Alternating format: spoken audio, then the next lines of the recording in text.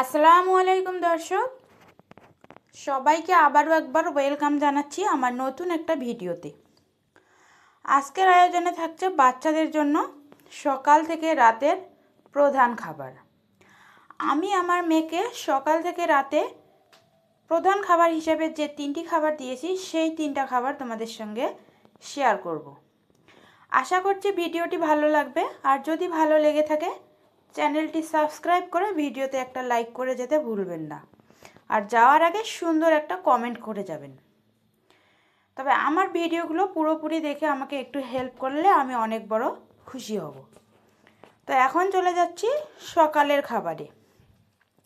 সকালে আমি দিয়েছি লাউ পাতা রুটি। হয়তো বা কোথাও কোনো দিনও দেখেননি, বা যদিও দেখেছেন তবে কম দেখবেন। আমার মনে হয় যে আমি এটা প্রথম করছি। তো লাউ পাতাটা কুচি করে কেটে নিয়েছি, এবার ভালো করে ধুয়ে এখন কড়ার মধ্যে দিয়ে দিচ্ছি, আর খুবই সামান্য পরিমাণে একটু লবণ দিয়ে নিচ্ছি।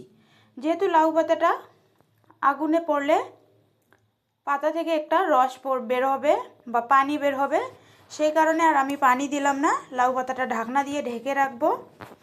এবার তোমাদেরকে দেখিয়ে দিচ্ছি একটু পরে যে লাউ পাতা থেকে পানি বেরোচ্ছে, আর এই পানিটা দিয়েই কিন্তু আমার লাউ শাকটা সেদ্ধ হয়ে যাবে। এবার আবারও একটু ঢাকনা দিয়ে ঢেকে রাখবো যতক্ষণ না পানিটা শুকিয়ে আসছে। পানিটা শুকিয়ে এসছে, এবার পাতাটাও সেদ্ধ হয়ে গেছে।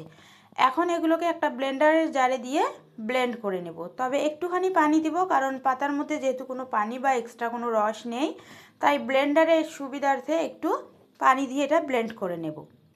লাউ পাতার রুটিটা বাচ্চাদেরকে অবশ্যই খাওয়াবেন, সঙ্গে যদি পারেন বড়রাও খাবেন। খুবই টেস্টি, খেতেও ভালো লাগে, এবং এটা দুর্দান্ত নরম হয়, খুবই নরম। হয়তোবা আজকে প্রথম দেখছেন আমাদের কাছে, কিন্তু একবার বাড়িতে ট্রাই করে দেখবেন। আর আমার মেয়ে কিন্তু বরাবরই শাক খেতে ভীষণ পছন্দ করে। তো ব্লেন্ডারে দিয়ে একটা ব্লেন্ড করে নিলাম। এখন চলে যাচ্ছি আটা নিয়েছি আমি এখানে। আটা নিয়েছি, ময়দা নয়। তোমরাও চাইলে আটাটাই নিতে পারো, তবে আটাটা নিলে কিন্তু পুরোপুরি আটার বেনিফিটটা পেয়ে যাবে। তো এখন এখানে লাউ পাতার যে পিউরিটা হলো সেই পিউরিটা আমি দিয়ে দিচ্ছি, আর চামচ দিয়ে হালকা করে একটা ডো করে নেব। তবে এখানে কোনো লবণ বা এক্সট্রা চিনি ব্যবহার করা যাবে না। লবণ যেহেতু আমি শাকটার মধ্যেই দিয়েছি, তাই লবণ ব্যবহার করা যাবে না। আর রুটির মধ্যে তো চিনি ব্যবহার করা লাগেই না। তো এখন একটা ডো করে নেব। রুটির যেরকম ডো হয় সেরকম একটা ডো করে নিয়েছি। এখন বেলনি দিয়ে এটাকে আমি রুটি করে নেব।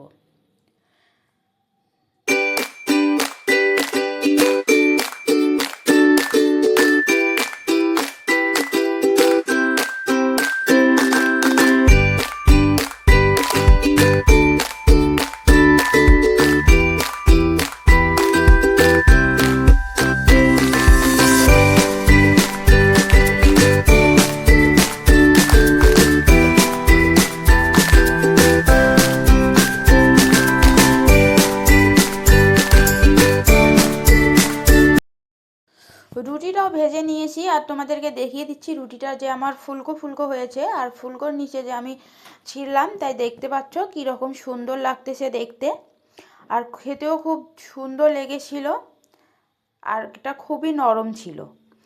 এই খাবারটা তোমরা সকালে বাচ্চাদেরকে দুধ রুটি হিসাবে দিতে পারো। আমার হিরোইন চলে এসেছে, ও নিজেই তুলে তুলে খেয়ে নিচ্ছে। তো এবার চলে যাচ্ছি দুপুরের খাবারে। দুপুরে আমি আমার মেয়েকে একটা মাছের পিস নিয়েছি। অবশ্যই এটা কাতল মাছের পিস নিয়েছি, কারণ কাতল মাছে একটু কম কাটা থাকে, আর বাচ্চাদেরকে চেষ্টা করবেন সবসময় কাটা ছাড়া মাছগুলোই খাওয়ানোর। তো এখানে 1 চামচ পেঁয়াজ বাটা দিয়েছি, তার সঙ্গে দিলাম একটুখানি হলুদ গুঁড়ো আর স্বাদ মতো লবণ। এবার দেব মিক্স বাদাম গুঁড়ো, এরপর দিয়ে দিব সামান্য পরিমাণে জিরের গুঁড়ো।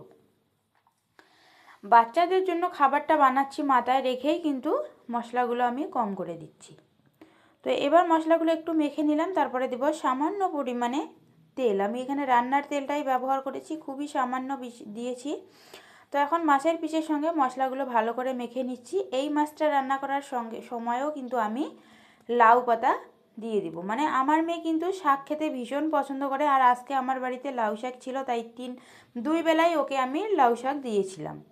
তো এখন কড়াই বসিয়েছি, কড়াইয়ের মধ্যে একটু ঘি দিয়ে দিলাম। ঘিটা গরম হয়ে আসলে মেখে রাখা মশলা এবং মাছটা দিয়ে দিব। এখন আমি হালকা একটু পানি দিয়ে নেব, নয়তো মশলাটা আমার পুড়ে যাবে। হালকা একটু পানি দিয়ে নিচ্ছি। তোমরা চাইলে এই মাছটা আমি লাউ শাক দিয়ে রান্না করেছি, চাইলে এখানে পালং শাক দিয়েও কিন্তু করতে পারো, অথবা পুঁই শাক দিয়েও করতে পারো। যার হাতের পাশে যেই শাকটা থাকুক না কেন তারা সেই শাক দিয়েই কিন্তু মাছটা রান্না করতে পারো। অথবা যদি শাক নাও থাকে তবুও কিন্তু শুধু মাছটা এইরকমভাবেও রান্না করলে ভীষণ সুন্দর হয়, আর বাচ্চারা খুব মজা করে খায়। বাচ্চাদের খাবারে কিন্তু ভিন্নতা আনা দরকার, তবেই বাচ্চারা সুন্দরভাবে খেয়ে নেবে। ভিন্নতা না আনলে কিন্তু বাচ্চারা খেতে চাইবে না, তাদের খাবার প্রতি কোনো রুচিই থাকে না। তো এখন মাছটা আমি পানি দিয়ে একটু কষিয়ে নিলাম, তারপর মাছটা আমার রান্না হয়ে গেছে, এখন নামিয়ে নিচ্ছি। আমার মেয়ে শাক খেতে ভীষণ পছন্দ করে, ও কিন্তু এই শাকটা পুরোপুরি খেয়ে নিয়েছিল। ঝোলটাও অনেকটা গাঢ় হয়েছে, দেখিয়ে দিলাম। তো এইটা গেল আমার মেয়ের দুপুরের মাছ ভাত। আজকে আমার মেয়েকে আমি খিচুড়ি করে দেইনি, মাছ ভাত দিয়েছিলাম। তো এই গেল আমার মেয়ের দুপুরের খাবার। বন্ধুরা, তোমাদের এই ভিডিওগুলো দেখে কেমন লাগে অবশ্যই কমেন্টে জানাবে। আর চ্যানেলটি যারা সাবস্ক্রাইব করো নাই, সাবস্ক্রাইব করে আমার পাশে থাকবে। ভিডিওটা যদি ভালো লেগে থাকে তাহলে একটা লাইক করে আমাকে উৎসাহিত করবে। পুরো ভিডিওটা করে দেখার জন্য ধন্যবাদ। পুরো ভিডিওটা দেখলে আমার একটু হেল্প হয়। তো আমি আমার মেয়েকে এখন ভাতটা খাইয়ে দিচ্ছি। আর খাওয়ানোর পুরো ভিডিওটা দেখাতে পারি না, কারণ দেখাতে গেলে ভিডিওটা অনেক বড় হয়ে যায়, তাই এখানেই দুপুরের খাবারটা শেষ করছি। এখন চলে আসলাম রাতের খাবারে। রাতে আমি আমার মেয়েকে দিয়েছিলাম ডালিয়ার পায়েস। ডালিয়ার পায়েসের জন্য নিয়েছি 5টা আমন্ড বাদাম, বাদামগুলো ভিজিয়ে রেখেছি। নিয়েছি 1 কাপ পরিমাণে দুধ, নিয়েছি তাল মিছরি, আর নিয়েছি ডালিয়া। তো আমন্ড বাদামগুলো ভালো করে ধুয়ে নিয়েছি আর একটু ভেজে নেব। 2 থেকে 3 মিনিট হালকা আঁচে ভেজে নিলেই কিন্তু এগুলো ক্রিস্পি হয়ে ভেজে আসবে। তো এখন এখানে 1 চামচ পরিমাণে ঘি দিয়ে নিচ্ছি। আমি হাফ চামচ ঘি দিয়েছি, কারণ আমার খুব বেশি একটা ডালিয়া লাগবে না, আমার মেয়ে অল্প কম খাবার খাবে, তাই আমি 2 চামচ থেকে 2.5 চামচ ডালিয়া ভাজার জন্য হাফ চামচের মতো ঘি নিয়েছি। হালকা আঁচে এই ডালিয়াগুলোকে ভেজে নিতে হবে। তোমরা চাইলে এই ডালিয়াগুলোকে আধা ঘন্টা ভিজিয়েও রাখতে পারো। তো ডালিয়াটা আমার হয়ে গেছে ভাজা, এখন নামিয়ে নিচ্ছি। এখানে দিয়ে দিব আমি 1 বাটি পরিমাণে দুধ। এখানে আমার গরুর দুধ আগের থেকে জাল করে নেওয়া আছে। এখানে 250 ml দুধ রয়েছে। আর পায়েসের মধ্যে খুব সুন্দর একটা স্মেল আসার জন্য দিয়েছি 2টো তেজপাতা আর দিয়েছি একটা এলাচ। এরপরে আমি ভেজে রাখা ডালিয়াটা দিব, আর সঙ্গে সঙ্গে নাড়াচাড়া করতে হবে, কারণ ডালিয়াটা দিয়ে যদি না নেড়ে দেই তাহলে কিন্তু দলা পাকিয়ে যাওয়ার সম্ভাবনা থাকে। এখন হালকা মিষ্টি হওয়ার জন্য দিয়ে দিলাম তাল মিছরি। বাচ্চাদের খাবারে কিন্তু চিনি না ব্যবহার করাটাই ভালো, আর যদিও চিনি ব্যবহার করেন চেষ্টা করবেন লাল চিনিটা ব্যবহার করার। ঢাকনা দিয়ে ডালিয়াগুলোকে সেদ্ধ করে নেব। ডালিয়াগুলোকে কিন্তু একটু সময় নিয়েই সেদ্ধ করতে হবে, তাই আমি ঢাকনা দিয়ে ঢেকে রেখেছিলাম। আর মিষ্টির ব্যালেন্সটা ঠিক রাখার জন্য সামান্য পরিমাণে দিলাম লবণ। এখন লবণটা দিয়ে নাড়াচাড়া করে রেখে দিচ্ছি। এদিকে আমি বাদামগুলো ভেজে নিয়েছি, একটা গ্রেটারের সাহায্যে বাদামগুলোকে আমি গ্রেট করে নিচ্ছি। এখন বাদামগুলো পায়েসের মধ্যে দিয়ে একটু নাড়াচাড়া করে নামিয়ে নিলেই কিন্তু ডালিয়ার পায়েস একদম রেডি। রাত্রিবেলা আমি আমার মেয়েকে ডালিয়ার পায়েসটা খাইয়েছিলাম, ও কিন্তু পুরো ডালিয়ার পায়েসটাই খেয়ে নিয়েছিল। ডালিয়া কিন্তু বাচ্চাদের অনেকক্ষণ পর্যন্ত পেট ভরা রাখে এবং ডালিয়াতে রয়েছে অনেক রকম পুষ্টিগুণ, সেটা তোমরা সবাই জানো, তাই আর নতুন করে বললাম না।